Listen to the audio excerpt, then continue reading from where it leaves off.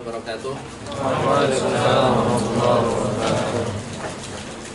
Alhamdulillahirabbil alamin wassalatu wassalamu ala asyrafil anbiya'i wal mursalin sayyidina Muhammadin wa ala alihi wa sahbihi ajma'in.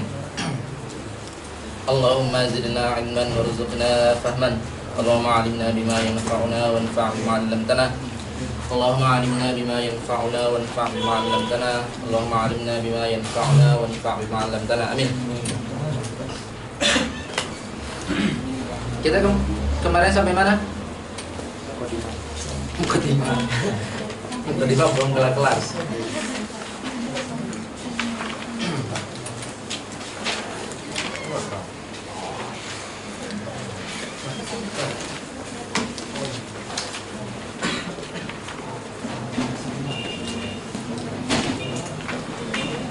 Kita kemarin masih sampai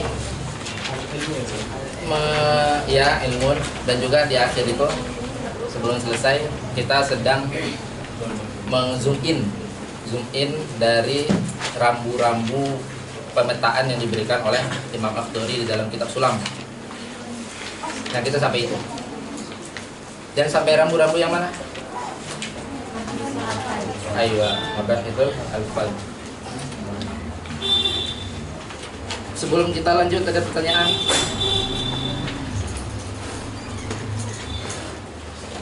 Semua rumah udah bisa karo?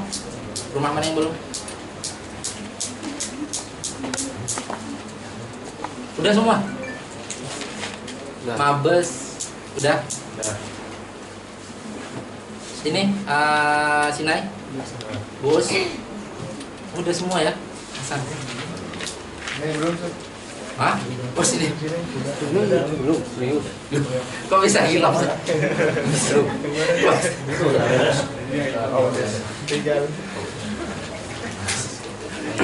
Kurang briefing atau gimana nih? Udah aja. Oh iya udah. Terus mati gua. Ya,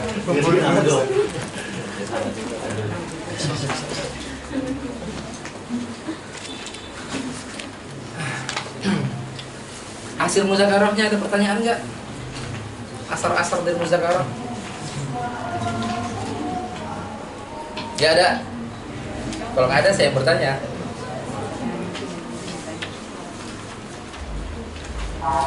Ini Rahmat penyelamat kalian semua.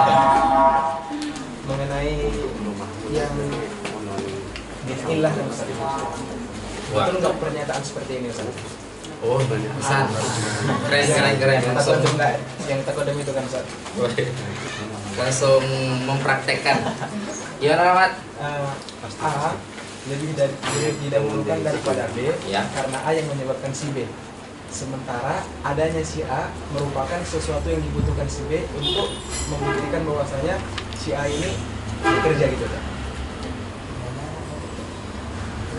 Sementara adanya si A membutuhkan si B. Sementara adanya si A, sementara adanya si B, sesuatu yang dibutuhkan si A gitu kan.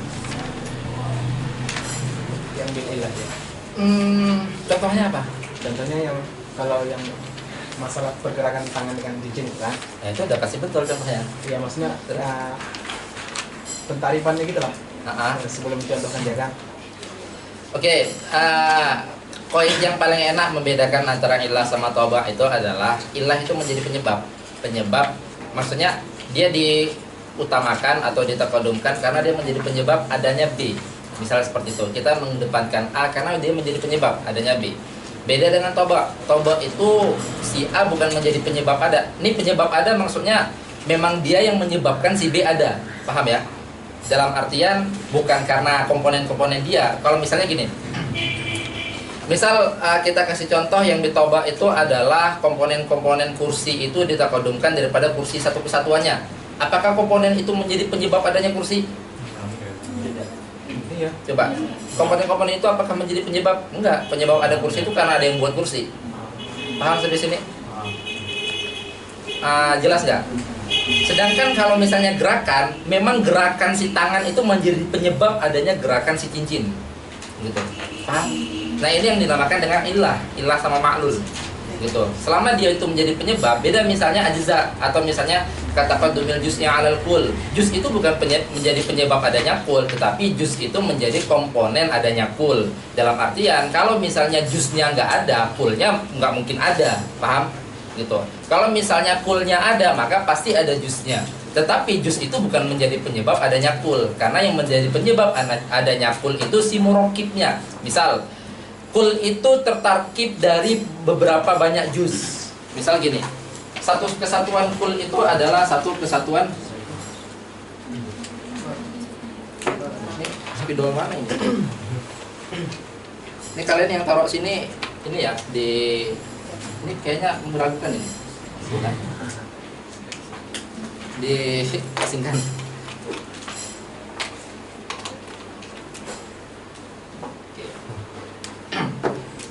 Misalnya kursi itu, ini adalah kul.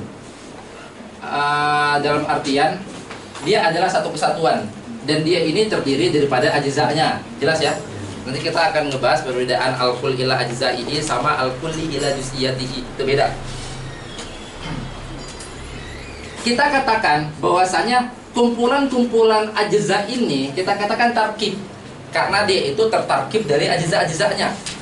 Cuman apakah penyebab adanya kursi ini karena ada ajza-ajza'nya? Dalam artian apakah si ajza'nya ini menjadi penyebab adanya kursi? Enggak. Yang menjadi penyebab siapa? Si murokibnya, si tukang kursi yang mentarkib kayu di palu, udah itu dipasang seperti apa itu bentuknya sehingga jadi kursi. Itu penyebabnya.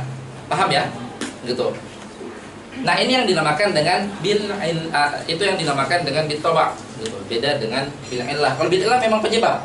Penyebab dalam artian seperti gerakan. Makanya saat misalnya kalian kasih contoh atau misalnya saya suruh aplikasikan seperti misalnya tugas yang udah ada sebelumnya.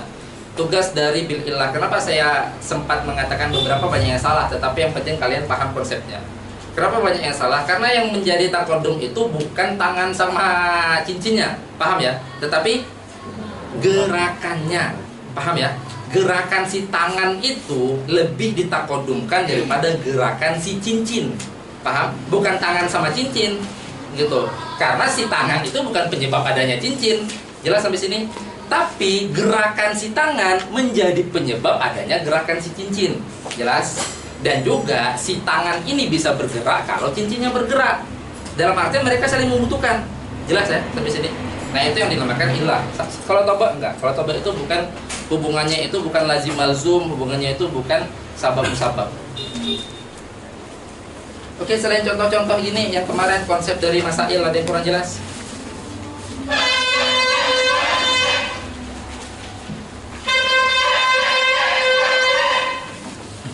Jelas semua?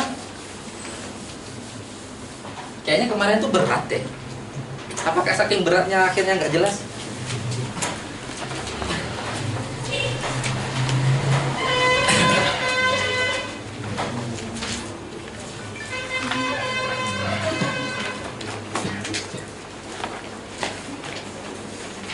Jelas semua nih konsep masail? Kalau jelas semua saya tanya secara acak ya.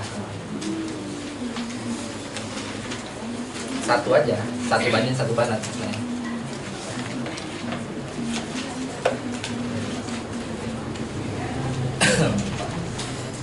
Banding dulu atau banat dulu? Kalau dalam giliran gini banding dulu.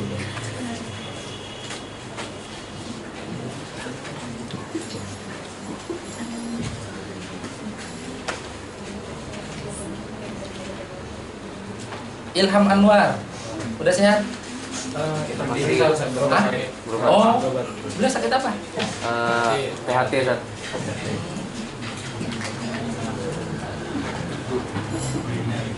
Berarti semenjak hari apa itu? Hari Senin ya? Itu berarti nggak datang terus?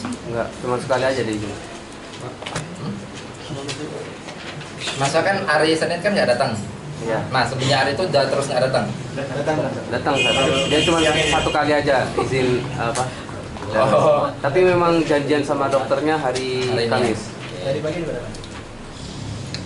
Oke, ganti berarti ganti pemain. Muhammad Raihan Nugraha. Oke. Panggilannya Rehan kan? Rehan, coba jelasin ulang dong tentang masail kemarin. Kenapa kok masail itu komponennya maudhu mahmul dan maudhunya itu menjadi maudhu ilmu itu sendiri? Itu maksudnya gimana? Nah, jadi yang apa yang saya tangkap dari teman kemarin itu dari ilmu masail itu ada maudhu dan mahmul. Oke. Nah, maudhu ini kalau istilahnya itu kalau dalam beberapa ilmu misalnya dari ilmu nahwu, maudhu itu bisa dikatakan sama seperti apa mubtada, kalau mahmul itu khobar. Oke. Terus kalau dalam ilmu balaghah itu maudhu itu musnadileh, kalau mahmul itu musnadnya. Kalau dalam usul fikih sama mahkum alaih itu maudhu, mahkum bihi yang Oke, sampai situ jelas. Maksudnya apa maksudnya maudhunya itu adalah maudhu ilmunya itu sendiri? maudhu. Maudhu dari masail itu isinya membahas dan makmulat. Pembahasan ilmu tersebut. Gimana? Pertanyaan dari maudhu masail. Kan kita kemarin udah ngebahas bahwasanya maudhu ilmu itu kenapa dinamakan maudhu? Karena dia yang akan menjadi maudhu di dalam masailnya ilmu. Jadi objek pembahasan. Tadbiqatnya seperti apa? Contoh misalnya Pengaplikasian. ada pulpen misalnya. Ntar masih ada maudu'at sama mahmulat. Ya. Pulpen itu misalnya sebagai alat tulisnya itu sebagai maudhu. Mahmulnya itu jins.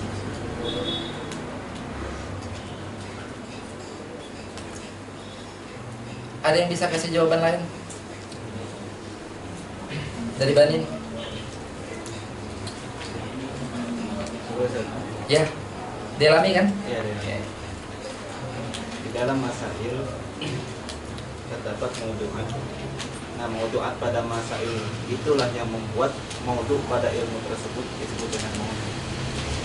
Ya, terus. Tadbiqatnya seperti apa?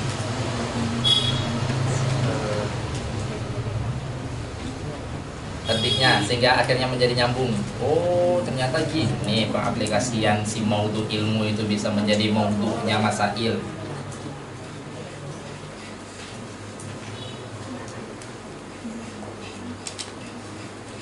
Gimana dalamnya? Dalam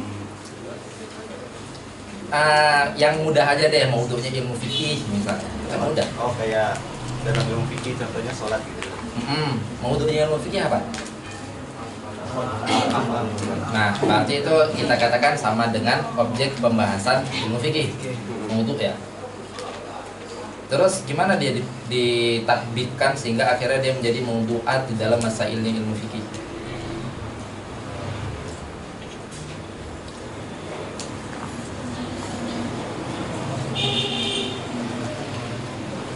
Gimana? Udah mantap. Ada yang mau bantu? Ustaz, Ya. dari masail itu dari masail itu dari mana? Maksudnya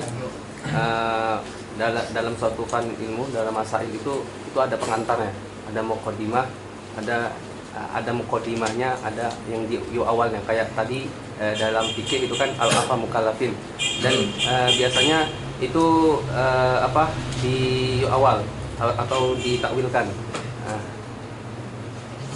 Ya, ditawilkan qodiyahnya itu tuh pertamanya qodiyah syartiyah yang awal di qodiyah hamliyah, karena qodiyah syartiyah gimana sih? Sebentar. Gimana ada call friend atau Contohnya aja dari maudhu'nya ilmu nahwu, al-kalamu murakabun mufidu bil wati, dan dari situ maudhu'nya sudah sudah ada pengantar ke pembahasan maudu itu sendiri, maudunya ilmu nahwu itu sendiri gitu.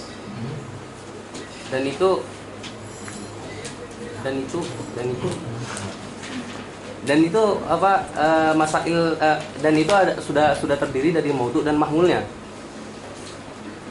Nah, cuman itu dianggap sebagai Takrif. Ya, oke, bisa dikatakan takrif, bisa dikatakan mukadimah. mukadimah. Oke, ada yang lain yang bisa menjelaskan? Rasul ya? Ah. Korelasinya aja, korelasi bahwasannya ini contoh maudu ilmu. Nah, ini ditadbikannya dia itu menjadi maudu dalam masail ilmu tersebut, karena ilmu itu adalah ilmu yang kita anggap sebagai fan ilmu ya. Ilmu yang kita anggap sebagai fan ilmu itu adalah ilmu yang berarti masail. Masail itu jamak daripada masalah. Masail itu adalah qodiyah, itu udah kita bahas kemarin. Qodiyah, kulliyah, hamliyah, madoriyah, seperti itu. Itu soyokianya masail itu seperti itu. Kenapa harus kuliah? Karena kalau misalnya juz'iyah, masail kok setengah-setengah, berarti ilmu ini nggak paten. Kenapa harus nadhari kenapa harus nadhariyah? Masail kok dururiyah, berarti ini bukan masail lagi. Makanya itu sampai kita katakan ada perbedaan makna ilmu yang berarti masail sama idrok tilkal masail. Karena saat ilmu atau masail suatu ilmu itu udah kita ketahui, dia nggak dikatakan masail lagi. Paham sampai sini? Kenapa? Karena dia nggak nadhariyah lagi. Kalian udah belajar, udah paham, udah ngelotok, itu nggak dikatakan masail ilmu lagi di diri kalian, karena itu udah tidak nadhariyah lagi bagi kalian. Masail itu hanya akan menjadi masail kalau dia itu nadhariyah.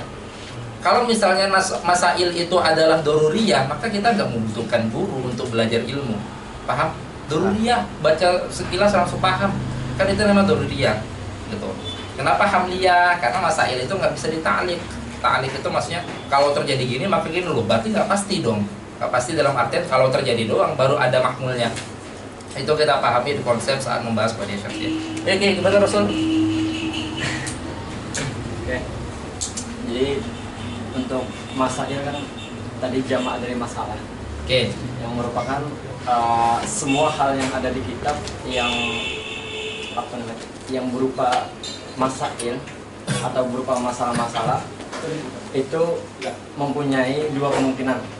Entah dia itu menjadi maudhu daripada ilmu itu sendiri. Contohnya seperti anggap kita belum tahu tentang salat itu wajib misalkan.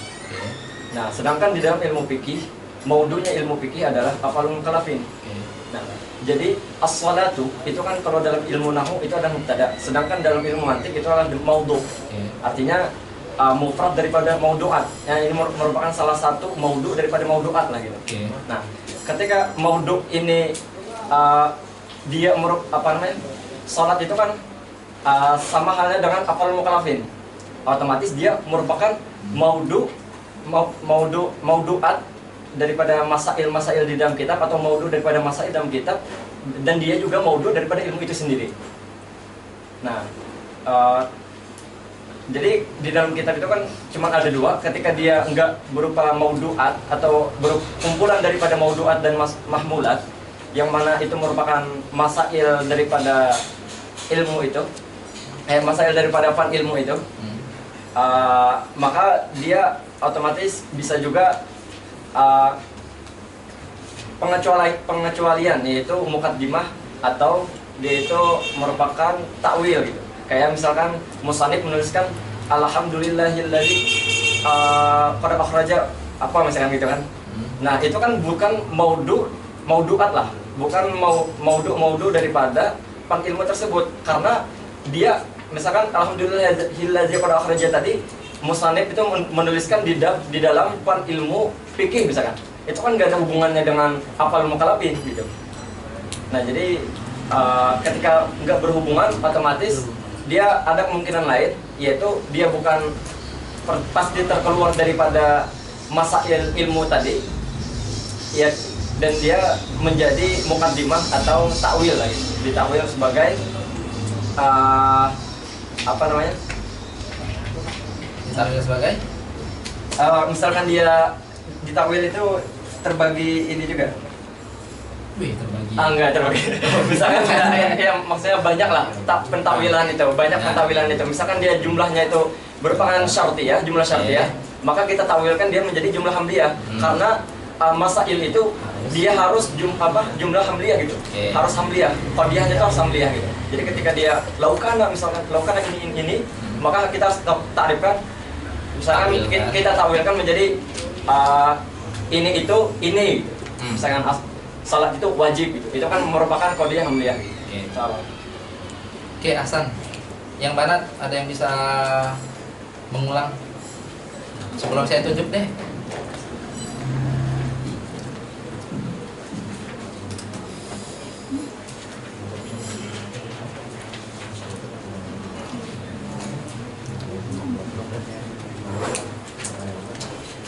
Insya Allah materi kita hari ini cuma ngebahas pemetaan doang.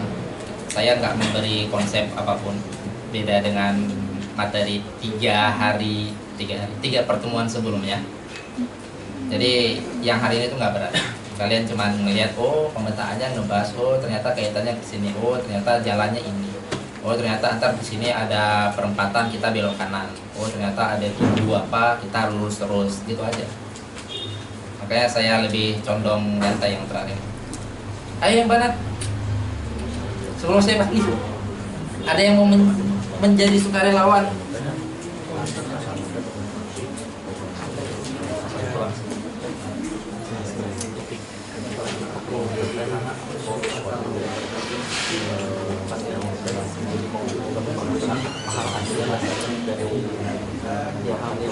Saya ada, berarti saya panggil ya.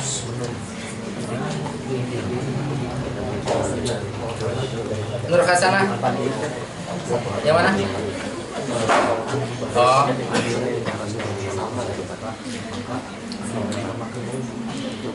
Tadi kalau yang dari Rasul dia mengaplikasikan maudhu'nya fikih. Karena itu kemungkinan termudah karena maudhu' fikih itu nggak ada habisnya. Itu. Coba aplikasikan maudhu'nya ilmu mantiq.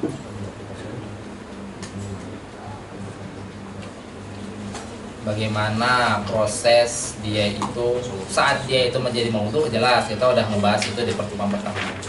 Tapi bagaimana dia itu bisa menjadi maudhu'at masailnya? Biar kalian tuh biar kalian tuh paham, oh ternyata ulama itu saat merangkai suatu fan ilmu itu enggak serampangan, itu rapi. Ilmu itu adalah komponen atau kumpulan sesuatu yang sangat rapi. Jadi kita enggak menilainya itu adalah suatu hal yang berserakan, enggak. Gimana? Boleh ilmu apa saja Ustaz? Ya? Boleh di ilmu. Nah, maksudnya penerapan. Oke, boleh di ilmu. Mau diterapkan yang fikih tadi lagi juga. Yang penting paham. Nur Hasanah kan. Ya gimana? Jadi masail itu kan suatu proses kumpulan daripada maudhu'at dan mahmulat. Nah, sedangkan maudhu'at itu adalah Oke, sebelum lanjut. Kenapa masail itu kumpulan dari maudhu'at dan mahmulat? Ada yang bisa jawab nggak? Kenapa masail itu kumpulan daripada maudhu'at dan mahmulat? Karena kalau enggak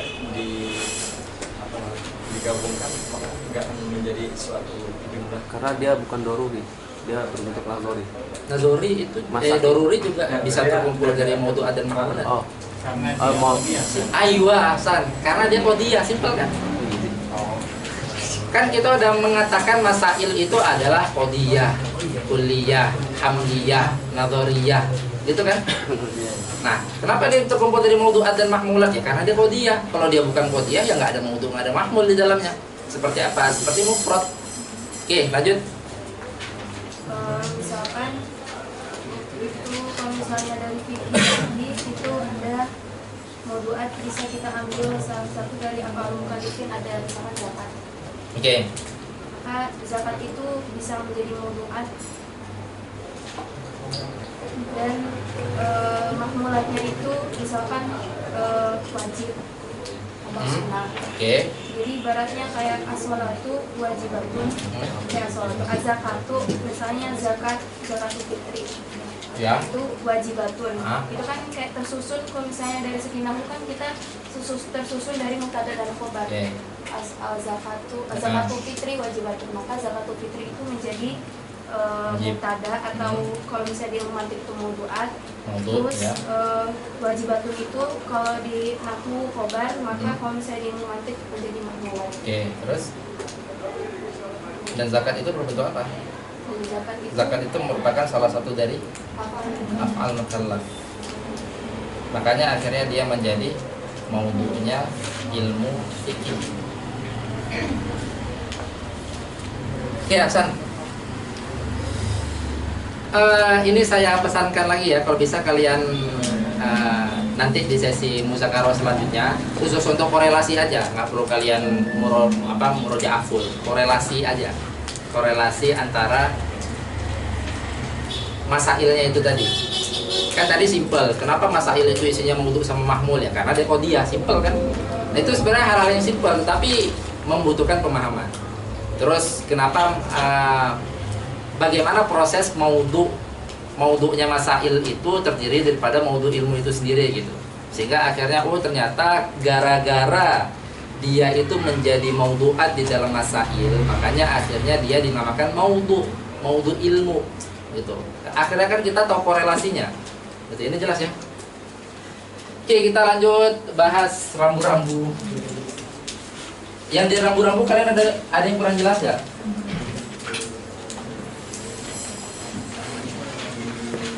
Film.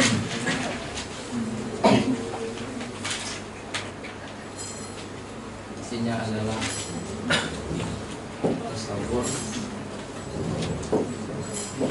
pasti. Ini auto ya, tasawur yang dimaksud adalah yang nadori. Kalian jangan puasa disibukkan lagi sama yang doruri. Saya langsung mengginikan makosid sama mabadi sama makosidnya.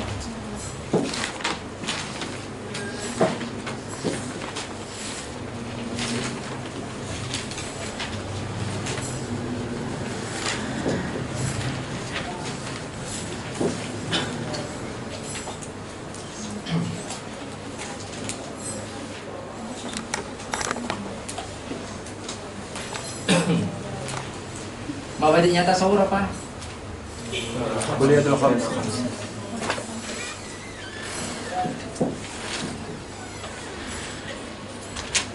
Kuliatul khams. Maksudnya? Mabadinya ini? Ini? Ya. Oke. Ini kan global banget. Kita mengatakan ilmu mantik itu pembahasan umumnya dua, pembahasan besarnya dua, yaitu tasawur dan tasdid. Itu global. Ternyata masing-masing tasawur punya mabadi makosid, masing-masing tasdid juga memiliki mabadi dan makosid. Perjalanan dari sini menuju ke sini jelas semua ya. Ada yang masih kurang jelas nggak? Ini perjalanan globalnya doang ini. Perjalanan globalnya dari suatu kita itu membentuk komponen di saat perjalanannya ini adalah gambaran daripada maudhu'at atau maudhu' ilmu mantik yang kalian pahami. Kalian paham maudhu' ilmu mantik itu apa? Al-ma'lum at-tasawwuri mengantarkan kepada majhulnya, ma'lum tasdiki mengantarkan kepada majhulnya. Ini adalah perjalanan ini, perjalanan ilmu itu sendiri. Oke. Saat kita mau menuju kepada majhul yang tasawur, pertama yang kita lakukan itu membentuk komponen yang berupa maklum. Itulah yang dinamakan dengan kuliatul khams, yang menjadi komponen di dalam ta'rif. Jelas? Terus setelah kita membahas komponen-komponen di sini, baru kita pindah ke sini. Nah, di sini baru dibahas tentang keontentikan ta'rif. Ta'rif itu kalau dia mengungkapkan mahiyahnya, maka ta'rifnya dinamakan dengan al-had, yang dimana dia menggunakan dzatiyatnya. Kalau dia itu hanya mentamyiz antara yang dia sama selain dia, maka ta'rifnya dinamakan rosam, karena tugasnya hanya mentamyiz, bukan mengungkapkan mahiyahnya, bukan mengungkapkan hakikat sesuatu. Selesai di sini. Ini perjalanan di dalam tasawur. Oke, Oke, setelah semua itu menjadi maklum bagi kita, baru antara satu maklum sama maklum yang lainnya kita tempelkan atau kita nisbahkan, lalu kita wukukan nisbah antara kedua maklum itu, jelas? Dan pengukuhan nisbah antara kedua maklum itu jadi nanti menjadi qadiyah, satu pernyataan. Karena tidaklah satu pernyataan itu kecuali kita semua udah mengetahui makna dari apa yang kita nyatakan, jelas? Misalnya saya katakan spidol itu hitam, itu pernyataan bukan? Pernyataan. Nggak mungkin saya menyatakan spidol itu hitam kecuali saya mengetahui makna spidol dan makna hitam, jelas ya? Dan proses mengetahui makna spidol dan makna hitam itu terjadi di sini. Kalau misalnya dalam pernyataan saat ditanyakan emang spidol itu apaan, kita masih kebingungan, ulang lagi ke tasawur, jelas? Jadi misalnya saat kita udah, apalagi kalau di sini kita ngambil kesimpulan terus emang antum tahu ini apa? Nggak tahu, ya udah pulang lagi ke sini. Jelas ya sampai sini ya. Gitu berarti kamu harus mentasawurkan dulu gitu. Maka nanti ada kaidah yang paling masyhur yang paling jelas yang dikatakan adalah al-hukmu 'ala syai'in far'un an tasawwurihi. Kita nggak mungkin menghukumkan sesuatu kecuali penghukuman itu merupakan fara' daripada tasawur kita. Paham? Jadi nggak mungkin aku menghukumkan spidol ini hitam, tapi aku nggak tahu tasawur hitam, nggak mungkin. Karena penghukuman itu adalah farak dari tasawur. Berarti kalau farak dari tasawur, tasawurnya harus ada apa enggak? Harus ada. Ini jelas ya. Oke, baru nanti saat kita majhul tadi udah menjadi maklum karena proses ini, kita pindah ke sini, yaitu menempelkan antara satu maklum dengan maklum yang lain, lalu kita jadikan menjadi sebuah pernyataan atau menjadi sebuah qadiyah. Di saat qadiyahnya itu udah banyak, lalu kita mau menarik satu kesimpulan dari banyak qadiyah itu tadi, baru kita pindah ke sini. Gitu. Nah, disinilah baru bermain logika kita nanti. Logika itu di saat kita menarik satu kesimpulan atau satu hasil atau satu natijah yang pasti dari beberapa banyak pernyataan. Gitu. Nah, itulah nanti di situ logikanya. Letak logikanya seperti itu. Karena nanti misalnya, kalau misalnya kita katakan ada 1000 kemungkinan, terus di 999-nya terjadi 1000 kemungkinan nih, di 999-nya terjadi, berarti ada yang nggak terjadi nggak? Ada berapa? 1. Bisa kita katakan pasti terjadi nggak? Bisa kita katakan pasti terjadi. Ada 1000 kemungkinan, 999-nya terjadi, 1 nggak terjadi. Itu bisa kita katakan di 1000 kemungkinan pasti terjadi nggak? Enggak. Padahal 1 doang. Paham? Itu adalah yang dinamakan dengan logika. Logika itu adalah yang di saat kita menggunakan akal lalu kita mencari semua kemungkinan, kita lihat ada 1000 kemungkinan. Dan kalau misalnya 1000 kemungkinan dan 1000-1000-nya terjadi, maka itu baru kita katakan pasti. Cuman kalau misalnya 1000 kemungkinan terjadi hanya ini, padahal kan 1 lagi, tetap dikatakan nggak pasti. Nah, sekarang itu malah kebalik, 1000 kemungkinan, cuma 1 kemungkinan yang terjadi, kita udah katakan pasti. Paham nggak maksudnya? Itu yang sampai dikatakan itu berarti logikanya bermasalah banget. Misal kayak yang saya kasih contoh itu, saya kasih contoh tentang ada orang bawa pisau, pisaunya berdarah-darah. Ternyata pas dia udah berjalan di belakang memang terjadi pembunuhan gitu. Itu kira-kira ada berapa kemungkinan di situ?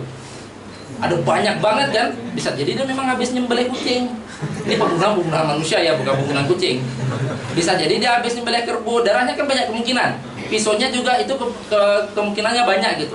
Tapi ada nggak kemungkinan dia yang membunuh? Ada. Tapi apakah pasti? Enggak. Nah, kalau kita katakan dari sekian banyak kemungkinan hanya 1 kemungkinan mengatakan dia itu yang membunuh gitu.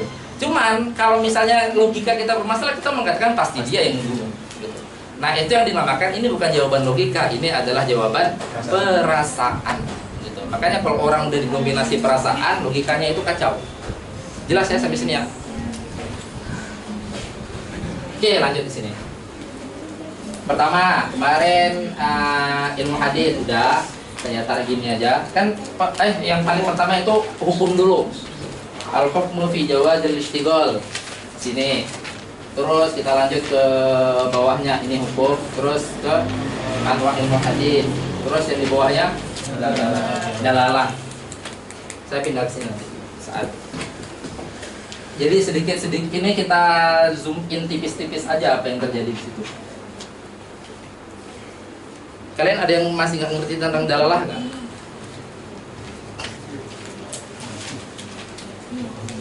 Ilmu itu adalah makna yang kita ketahui. Itu yang dinamakan dengan ilmu. Makanya ilmu itu ya idrok. Makanya ilmu itu terbagi tasawur dan tasdik. Berarti idrok itu imma dia itu ada hukumnya, imma tidak ada hukumnya. Kan gitu. Oke. Terus ini udah kita bahas di dalam anwa ilmu hadis, yang mana ternyata ilmu yang dimaksud itu adalah ilmu kita, dan ilmu kita itu adalah ilmu hadis yang memang diawali sama ketiadaan dan sangat sangat berpotensi berakhir dengan ketiadaan juga. Jelas ya? Itu ilmu. Terus ada pembahasan yang namanya dalalah. Dalalah itu adalah di saat kita memiliki pengetahuan, dibahas bagaimana kita mau mengekspresikan apa yang kita ketahui, atau bagaimana kita mau mengungkapkan apa yang kita ketahui. Jelas? Misal saya mau membutuhkan spidol, itu kan ada makna di dalam zihn saya, bahwasanya saya mau si fulan ini mengambilkan spidol untuk saya. Itu kan suatu pengetahuan, betul. Maka untuk mengungkapkan itu yang dinamakan dengan dalalah. Betul. Kita mengeluarkan pengetahuan yang ada di zihn kita, lalu kita menggunakan perangkat. Jadi nanti di dalalah ini perangkat itu banyak, gitu. Cuma nanti di hasr menggunakan hasr akal. Dalalahnya itu imma menggunakan lafaz itu suara ini ya, suara lafaz kita ini. Imma menggunakan selain lafaz. Nah, selain lafaz ini banyak banget kan berarti kan? Itu isyarat. Tapi nanti di hasr juga menjadi 3 itu yang selain lafaz. Ini dalalah, berarti dalalah itu membahas tentang bagaimana kita mengeluarkan apa yang kita ketahui. Terus selanjutnya, dalalah ini nanti kan terbagi menjadi 2, lafaz sama ghair lafaz. Yang lafaz itu ada 3, yang ghair lafaz ada 3. Itu simpelnya ya. Akhirnya nanti di pembahasan ini kita memahami, oh ternyata di mantik itu dalalah yang dianggap itu adalah dalalah yang lafziyah. Pertama, lafziyah, dalalah yang menggunakan lafaz, gitu. Boleh nggak menggunakan dalalah selain lafaz? Boleh, tetapi tidak mu'tabar di dalam mantik. Jelas? Dalalah selain lafaz itu apa? Yang pernah saya sampaikan di pertemuan pertama itu. Terus wat'iyah, dalalah lafziyah yang wat'iyah. Akhirnya dipilih ini. Oke. Karena kita memilih dalalah yang lafziyah, akhirnya pembahasan kita lanjut membahas lagi. Kita membahas lafaz. Makanya berhenti di pembahasan mabahithul alfaz di sini. Mabahithul alfaz inilah nanti dia itu mengerucutnya kepada kuliatul khamsah. Mabahithul alfaz. Ini ada yang kurang jelas di sini. Ini perjalanan aja ya. Ini yang saya jelaskan, ini perjalanan aja. Yang dikatakan wadiyah itu gimana maksudnya? Gimana? Lafziyah, wadiyah itu. Oh, wadiyah itu adalah lafaz yang udah dibentuk sedemikian rupa dan ditempelkan kepada makna. Misal,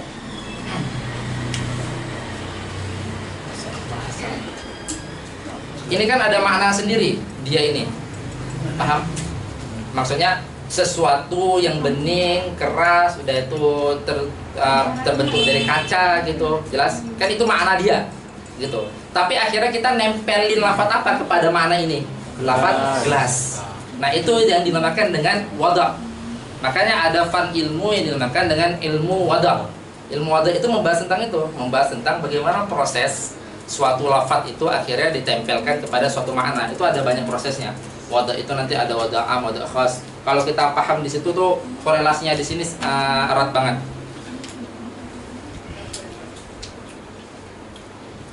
Oke, ada yang kurang jelas? Kita lanjut. Lalu selanjutnya kita di mabahithul alfaz. Di saat kita mengkerucutkan pembahasan lafaz, kita melihat oh lafaz itu, ini lafaz ya. Lafaz ini maksudnya suara ya, suara. Kalian tahu definisi lafaz di dalam ilmu nahwu kan? Apa? Lafzun itu apa? Sautun mustamilun ala ma'anil hijaiyah. Itu adalah lafaz. Jelas ya?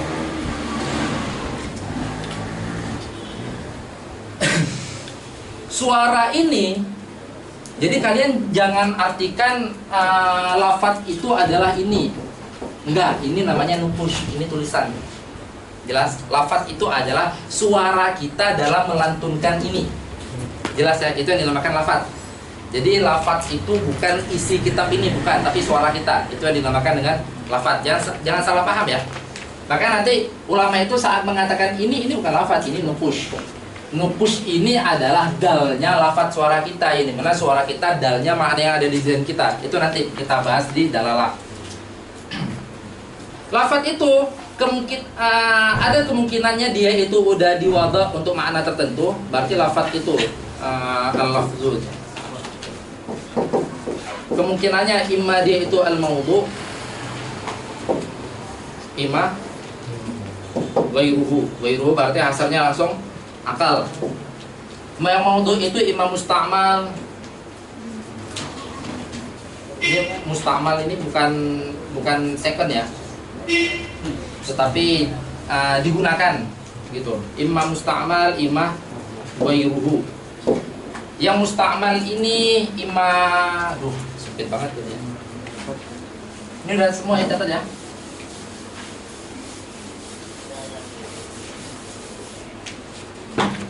Ini sekarang kita mengkerucut di sini. Kan kemarin kan kita berhenti di sini kan?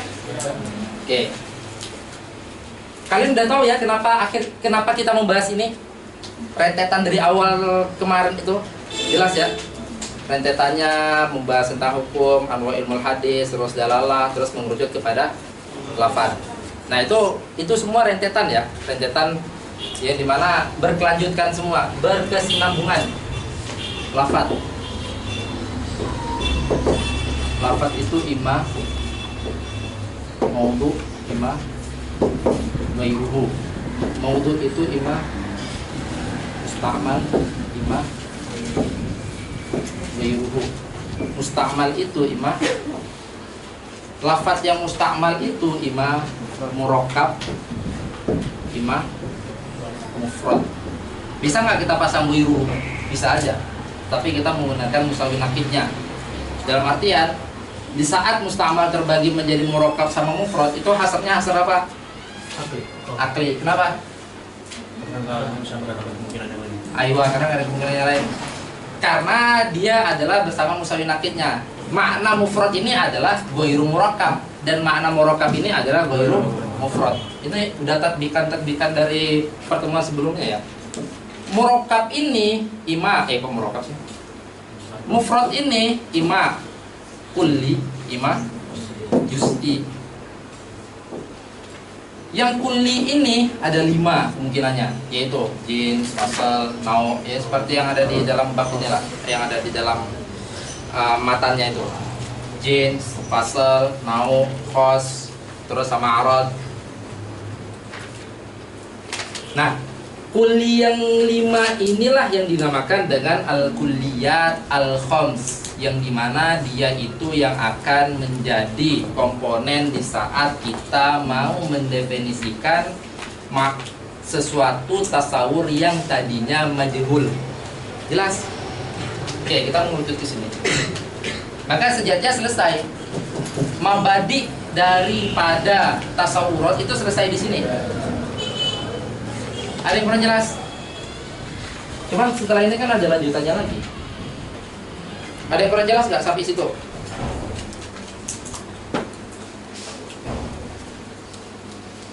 Ya? Yang musta'mal muqabbilnya itu kan ghairuhu. Itu mengeluarkan apa? Ghairu musta'mal. Ghairu musta'mal. Ada lafadz udah diwadha pada suatu makna tapi nggak dipakai lagi. Tuh kita menemukan banyak lafadz-lafadz dahulu. Dulu itu misalnya apa ya? Kalian ada contoh nggak bahasa Indonesia yang sekarang itu udah nggak eksis lagi? Penempelan lafadz itu kepada makna itu. Ada contoh nggak? Hah? Itu tulisan, bukan lafadz. Tempo itu kan bacanya tetap tempo, walaupun tulisannya ganti. Kayak Jakarta, itu kan tulisan lafadznya tetap Jakarta, tulisannya ganti.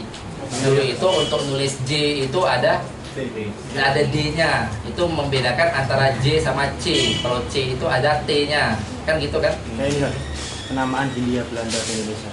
Kan udah nggak dipakai sekarang. Karena Penamaan namanya Indonesia sekarang. itu boleh seperti itu. atau pekerjaan-pekerjaan apa gitu. Dulu untuk mengatakan pekerjaan bersin itu lafadznya ini gitu. Cuman makin makin kesini, makin kesana, makin kesini itu lafadznya itu pindah. Berarti dulu itu pernah maudhu nggak lafadz tersebut? Pernah, cuman sekarang nggak mustamal lagi. Nah itu yang dinamakan dengan lafadz yang maudhu tapi tidak mustamal. Itu lafadz-lafadz goribah lah, seperti godon far untuk mengatakan asad. Bahasa Arab aja, mungkin orang Arab sendiri kita katakan godon far mereka nggak tahu apa artinya itu. Kita sering banget dapat contoh godon far itu maknanya asad kan gitu kan. Karena dulu memang untuk mengatakan asad itu menggunakan lafadz godon far gitu.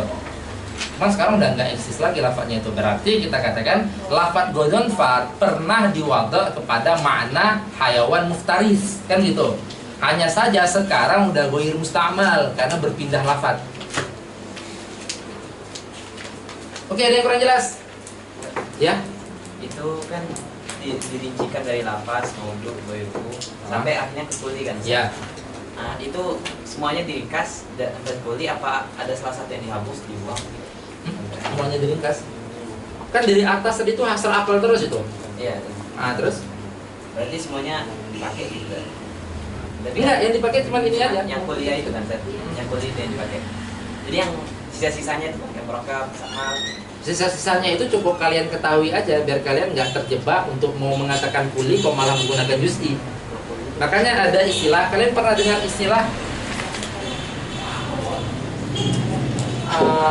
bidit tu'raful asya. Pernah dengar istilah itu? Dengan mengetahui lawannya, kita mengetahui dia. Atau dengan mengetahui muqabilnya, kita mengetahui dia. Biar kita nggak salah. Paham? Itu istilahnya bidit. Dit itu maksudnya nakidnya ya. Makanya saya kemarin sempat katakan, kenapa saat saya menjelaskan nakid, akhirnya saya menjelaskan dit, agar kalian enggak terkecoh dalam makna lugawinya. Karena makna lugawi antara nakid sama dit itu sama. Tetapi saat karena kita membahas ini adalah ilmu mantik, punya istilah sendiri, maka nakid sama dit itu beda. Nakid itu istilahnya adalah amroni dan seterusnya. Dit itu adalah ini. Jelas ya?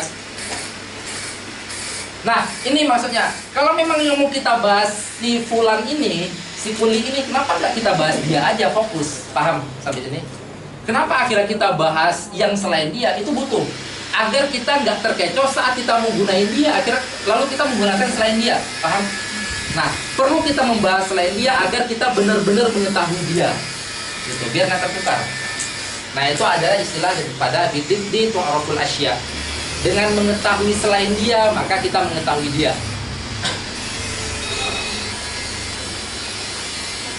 Ya?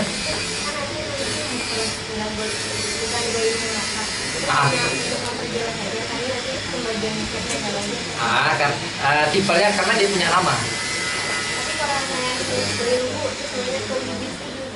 Boleh. Tapi kan untuk mengatakan ghair murakkab itu kan ada lafadz sendiri dia. Lebih asal kita menggunakan lafadznya. Seperti misalnya saat saya mau mentafrik, kemungkinannya itu antara al-hayy sama ghairu hayy misalnya, sah-sah aja. Cuman ghairu hayy ini kan ada lafadz sendiri. Lebih asal kita menggunakan lafadznya daripada kita menggunakan nakidnya kalau dia punya lafadz. Tetapi kan nggak semua nakid memiliki lafadz untuk nakidnya dia. Paham sampai sini? Aywa, fungsi khusus musawi nakid itu ketika itu. Karena nakid itu jauh lebih umum. Oke, ada yang kurang jelas? Selanjutnya kita lanjut lagi nih rambu-rambunya. Mabahisul alfaz. Rambu-rambunya apa? Nisbah kan? Ya nggak? Kalian yang pegang buku. Nisbatul alfaz lil ma'ani, ya nggak ya itu? Nisbatul alfaz lil ma'ani. Tadi pembahasan kuliatul khoms yang dimana itu merupakan mabadinya tasawurat itu selesai di sini aslinya, jelas ya.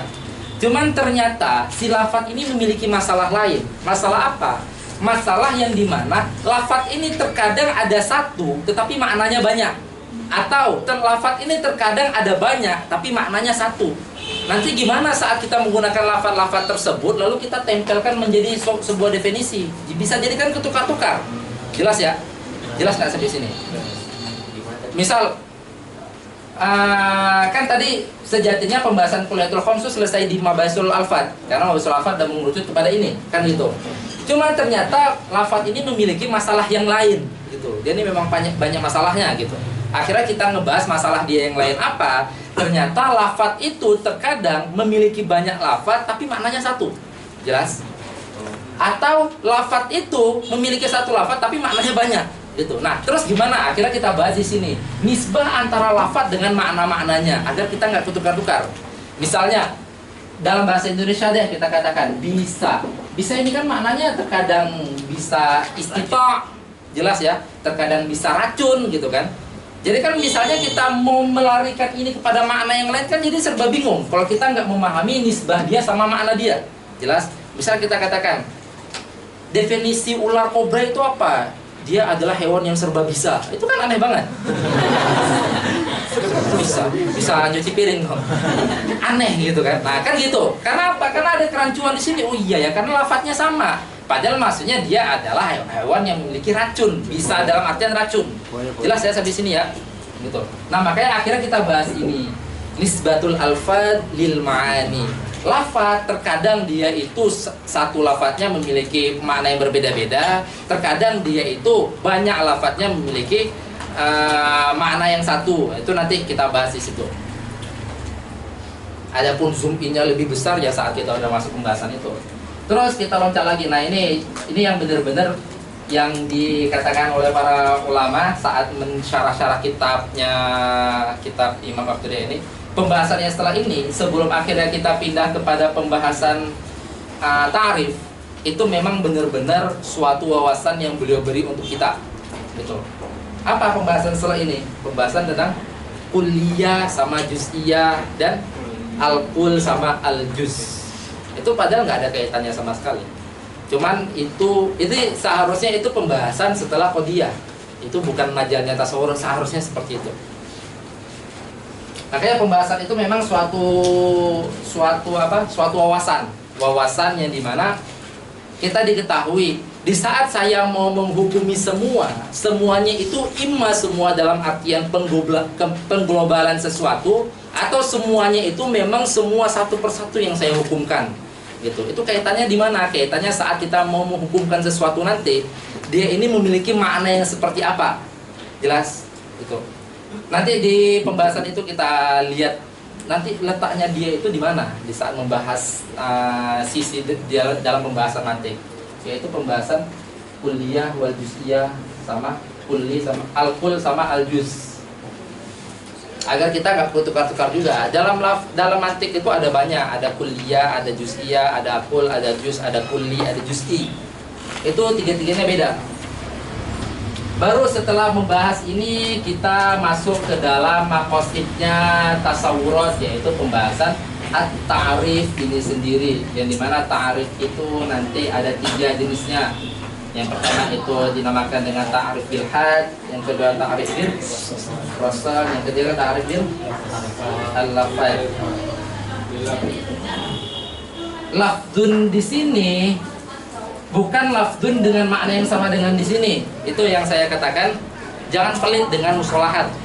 Jangankan mustalahat antar ilmu, di dalam satu ilmu aja satu lafaz itu bisa berbagai macam mustalahat, jelas ya. Ini kan dikatakan salah satu jenis daripada ta'rif atau salah satu qism ta'rif ada ta'rif bil lafzi. Apakah yang dimaksud ta'rif bil lafzi itu adalah ta'rif menggunakan lafaz? Enggak, ta'rif bil had juga menggunakan lafaz. Ta'rif bil rasul juga menggunakan lafaz, paham? Tetapi ta'rif bil lafzi di sini memiliki makna yang berbeda dengan lafaz yang dimaksud di dalam ini. Jelas ya? Makanya jangan sempit dengan musolahat. Intinya kita kalau mau enak memahami ilmu itu jangan pelit dengan musolahat. Karena musolahat itu kal bahar, luas banget. Oke, ini selesai perjalanan kita di tasawurat. Atau selesai kita melihat pemetaan di tasawurat gitu, dengan rambu-rambu yang diberikan oleh Imam Akhdari. Sampai sini ada yang kurang jelas? Atau mau direnungkan dulu?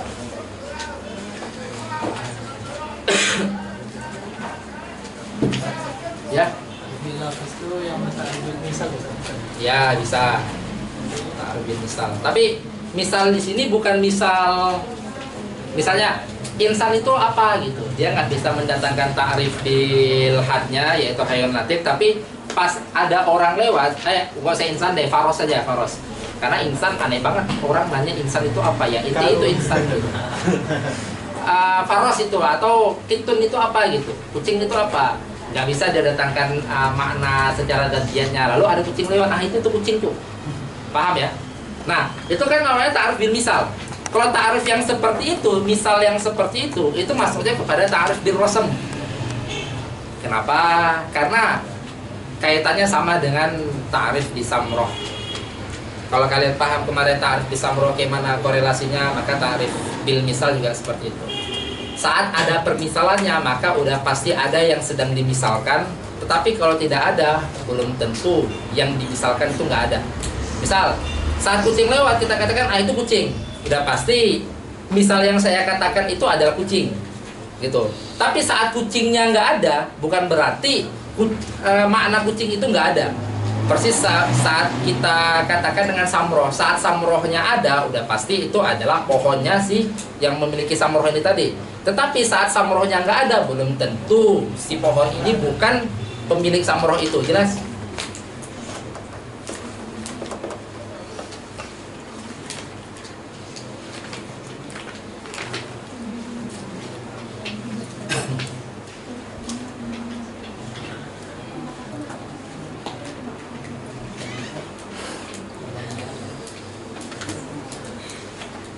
Ada pertanyaan?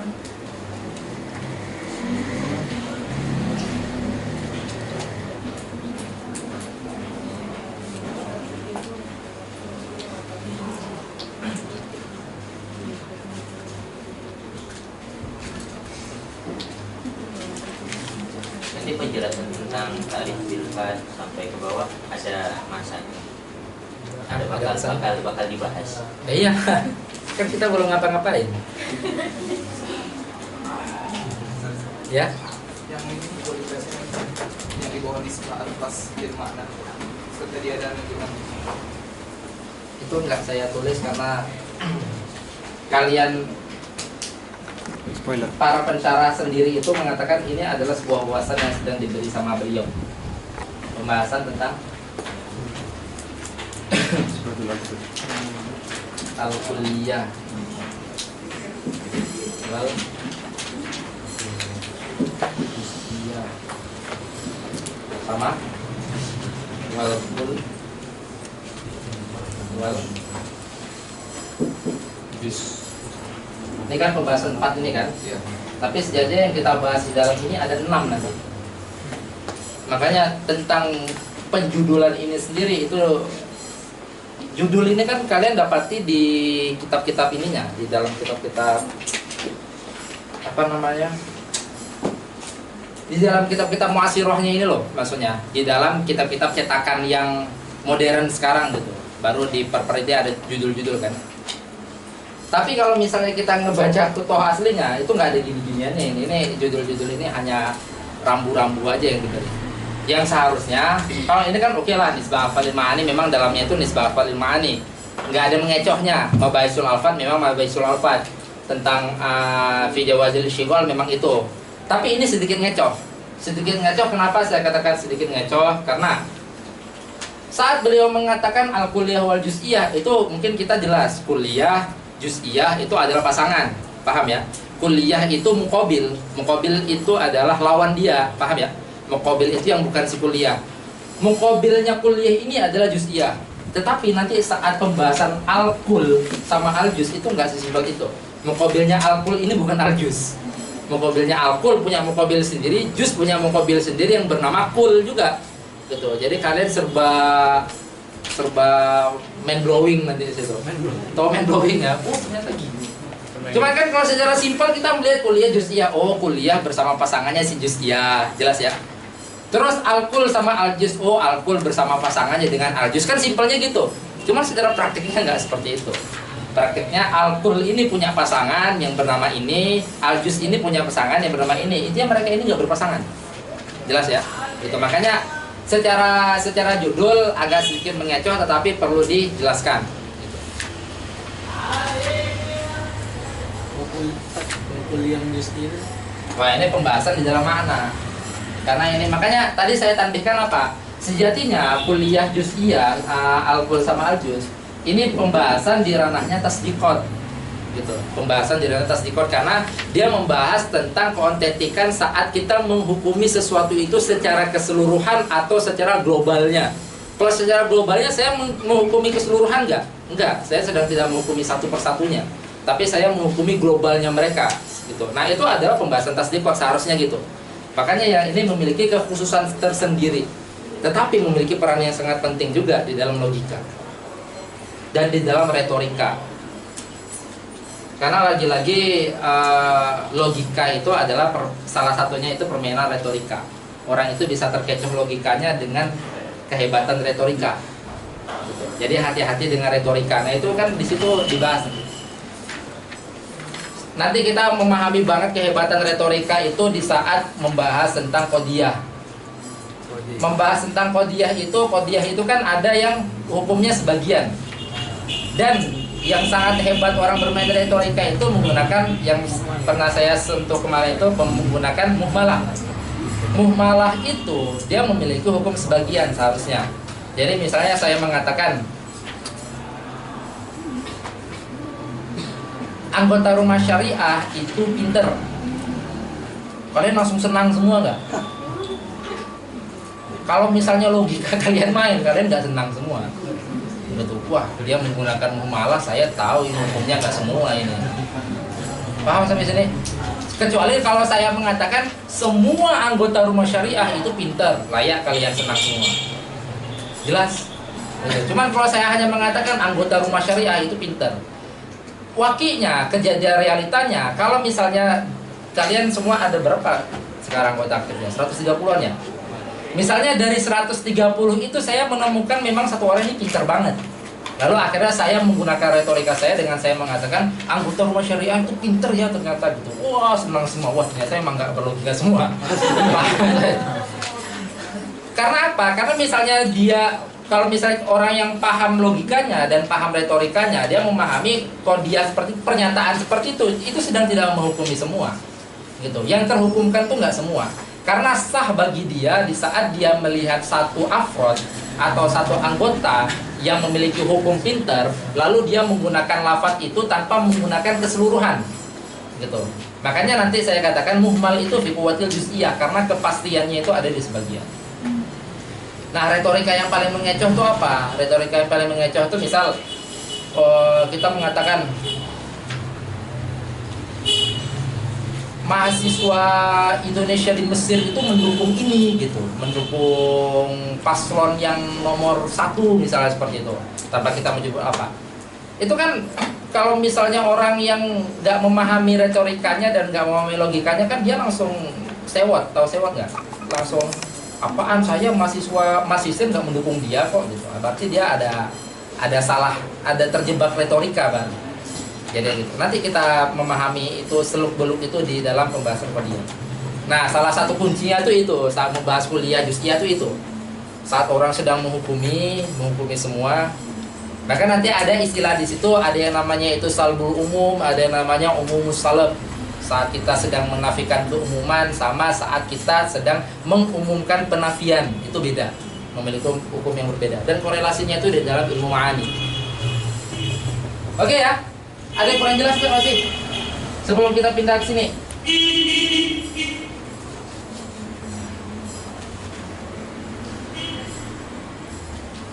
Di dalam ini kan mabadinya. Kita lanjut ya. Masih ada yang ingin bertanya atau masih ada yang kurang jelas? Kita lanjut. Ini kan mabadinya. Qadiyah itu adalah mabadinya tasdiqot karena tasdiqot yang makosidnya adalah qiyas, dia itu memiliki komponen yang komponennya itu adalah qadiyah, yang mufradnya itu adalah qadiyah. Jelas? Terus maka nanti di sini saat kita membahas qadiyah pasti ada kata-kata wa ahkamuha. Qadiyah dan ahkam-ahkamnya qadiyah. Qadiyah itu adalah suatu pernyataan Nah, dari suatu pernyataan kita bisa mengambil kesimpulan. Misalnya, saya mengatakan husnu. Husnu itu harusnya husnu kan? Atau memang pakai apa? Hah? Pakai H kan? Orang Jawa ya? Oh iya. Jawa itu H itu jadi K jadinya. Pak Haji itu jadi Pak Haji. Husnu itu Qaim. Ini pernyataan enggak? Ini adalah pernyataan. Husnu itu berdiri gitu. Ya jangan lihat aslinya ya, memang sedang duduk. Maksudnya ini adalah contoh pernyataan, dan dari pernyataan ini saya bisa memastikan bahwasanya pernyataan yang mengatakan husnu itu tidak qaim itu pasti salah. Itu adalah kepastian dan itu adalah kesimpulan. Oh, kalau misalnya pernyataan si fulan ini, maka di saat yang sama, di jihah yang sama, pernyataan yang mengatakan husnu itu laisa biqaim itu pasti salah. Itu kesimpulan enggak? Itu kesimpulan. Nah, itu yang dinamakan dengan ahkam daripada suatu qadiyah. Dari satu pernyataan kita bisa menarik banyak kesimpulan. Gitu. Berarti pernyataan yang mengatakan husnu itu lagi berenang itu juga pasti salah, gitu. Di luar itu. Nah, ini yang dinamakan dengan pernyataan di luar lafaz itu dinamakan dengan mafhum. Nah, itu korelasinya apa saat kita mau memahami usul fikih nanti. Di dalam usul fikih itu ada yang dinamakan dalalatul mafhum. Dalalatul mafhum itu adalah dalalah atau penyampaian makna yang sampai kepada kita, tetapi makna yang sampai kepada kita itu di luar daripada teks suatu lafaz. Gitu. Nah, itu termasuk ahkamnya suatu pernyataan atau ahkamnya suatu qadiyah. Kita lanjut ya. Di sini ada qadiyah. Qadiyah itu nanti saya tuliskan di sini.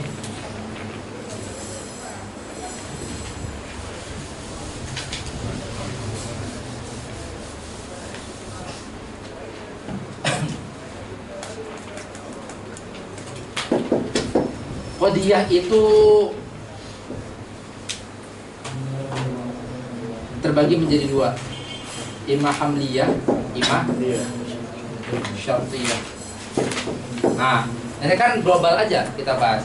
Hamliyah itu nanti ada banyak jenisnya, syartiyah itu ada banyak jenisnya. Ala kulli hal simpelnya kita memahami ini aja. Satu hamliyah ini ada 8 kemungkinan. 8 kemungkinan dalam artian hamliyah itu imma nanti dia itu kuliah. Kuliah itu saat kita mengatakan jangan husnu deh, ini ganti menjadi at-talib. Nah, ini kan pernyataan at-talibu qaimun gitu. Jelas ya? Ini adalah pernyataan. Pernyataan ini ada keterangan jumlah tolibnya enggak? Enggak ada. Nah, saat pernyataan itu tidak ada keterangan jumlah tolibnya, dikatakan pernyataan itu ghairu musawwar. Musawwar itu apa? Tidak ada surnya. Nah, jadi dikatakan qadiyah itu imma dia itu ada surnya, imma dia tidak ada surnya gitu. Oke. Intinya nanti kita katakan dia itu terbagi menjadi 4. Detailnya saat kita membahas ini. Kita di sini hanya membahas rambu-rambu kan. Jadi kalian jangan terlalu dipusingkan dulu dengan pembagian-pembagiannya. Yang penting kalian paham aja. Oh, ternyata kita nanti fungsional membahas ini adalah ini. Nah, isi daripada baik yang hamliyah ataupun yang syartiyah, ini kan isinya adalah maudhu' dan mahmul. Yang dimana maudhu' dan mahmul itu adalah bentuk maklum tasawur yang dihasilkan daripada proses ini tadi. Gitu, yang tadinya majhul. Jelas? Nah, nanti menjadilah dia qadiyah dengan berbagai jenisnya itu. Baru nanti ada ahkamnya qadiyah. Maka setelah itu ada pembahasan yang dinamakan tanaqud.